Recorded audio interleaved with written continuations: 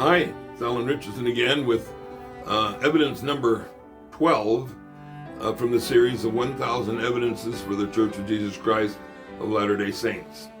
And this time I'm going to talk a little bit about the last thing that Jesus said as he left the earth. It's called the Great Commission.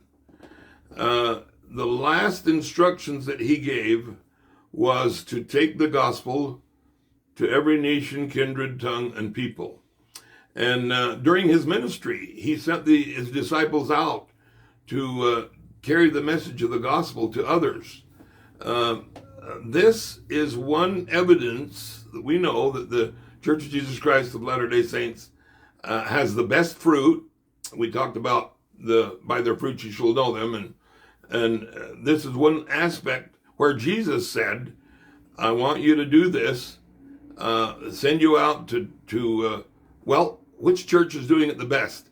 I fact-checked that, went on the internet and found out the sources that I came up with said that the Church of Jesus Christ of Latter-day Saints, this is a non-LDS source, unbiased, said that the Church of Jesus Christ of Latter-day Saints is far ahead of all the other churches in terms of missionary efforts in sharing the gospel with the world.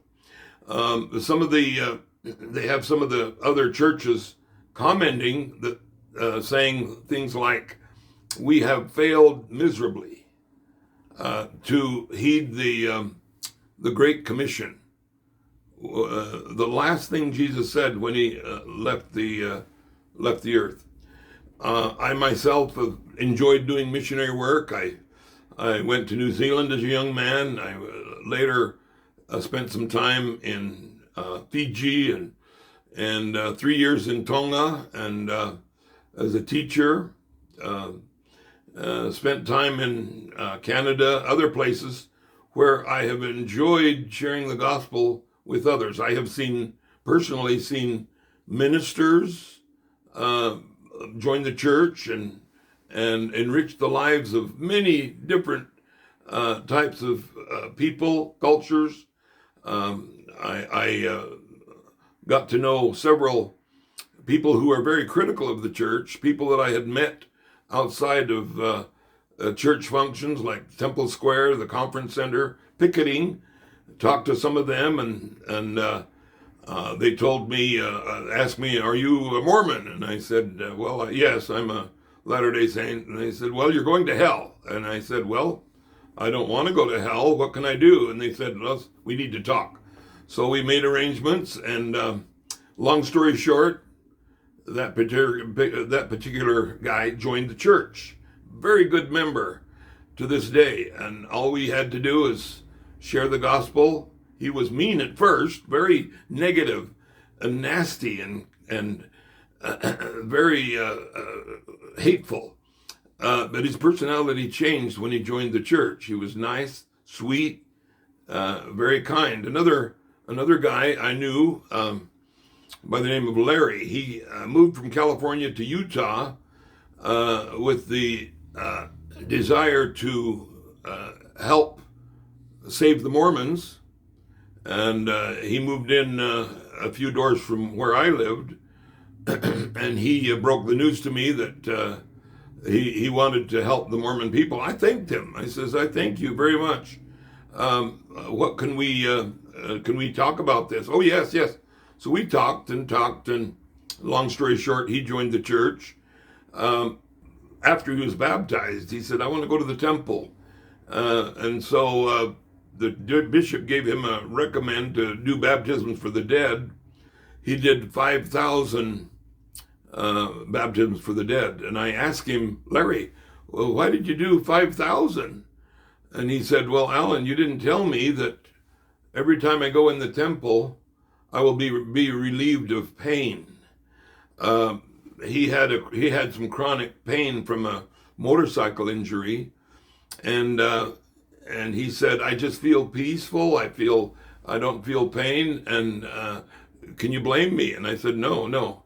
After a year after his baptism, he went through and was sealed to his wife in the temple. Very beautiful experience, a beautiful story, another evidence that taking the gospel to all of these people is a very, very important part of the ministry of the Savior, and what he told us to do, and how he said that we have a burden to share this with others. We have, the gospel is true, and we do need to share it. Speaking of missionary work and sharing the gospel with others, in the early days of the pioneers coming to the Salt Lake Valley, there were strained relations with some of the Indians caused by non-Latter-day Saints who believed in killing off the Native Americans. But they were quite impressed with the Latter-day Saints. There were a few skirmishes between some of the members and some of the Indians, but by and large, they began flocking into the church. There were 5 chiefs there with their respective tribes that joined the church. Orson Pratt talked about this in one of his conference addresses, and he asked them, "What made you decide to join with the Latter-day Saints?" And they said, with the Great Spirit came to us and told us that we should join.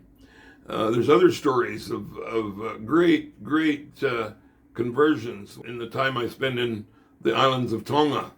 A great percentage of people there have joined the church. Some say 50%, some say 60% of the island, because it fits in with their own legends and histories.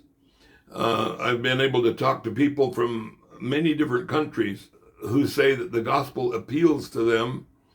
It feels right, it's logical, it's reasonable, it fits in with the scriptures, and it's made their lives rich in happiness and well-being.